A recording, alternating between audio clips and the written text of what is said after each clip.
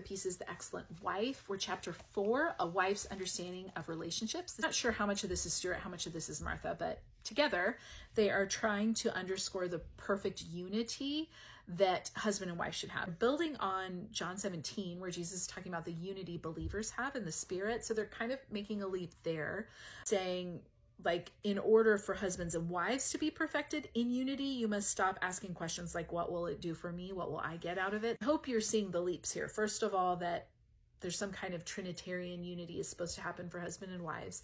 And then this idea that we can, Jesus said perfected in unity, so we can claim that as a biblical promise for marriage, even though he's not talking about marriage there. And then in order for that to happen, we should operate by this chart that's been given us about the way the Trinity operates, even though I'm not sure what the substantiation for this is. And then it moves to this interesting place.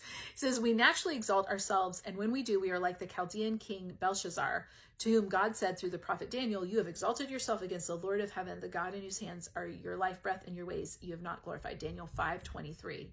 And then this is, if you'll remember the Bible story, this is when the hand writes on the wall at the feast.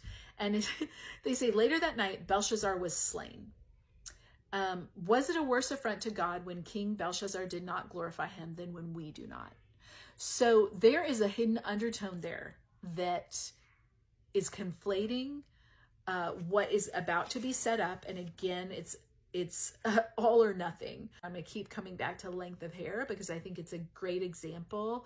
And I think when you step out of those echo chambers, it's absurd beyond belief. And I think any healthy man who may have a preference about his wife's hair would be horrified to think that women are being told that they may be like sacrificing perfect unity, Trinitarian unity that Jesus wanted for them, and rebelling like Belshazzar if they don't conform to their husband's idea about their hair.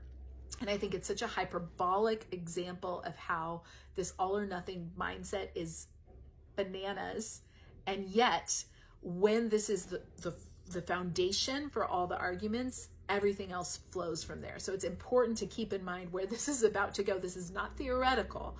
This is not some kind of theoretical, like, imaginings about how the mystical union between husband and wife is amazing or reflects something about the Godhead. This is about to go to the very practical nitty-gritty of a woman conforming in every way to her husband's whims. That's how unity will be purchased.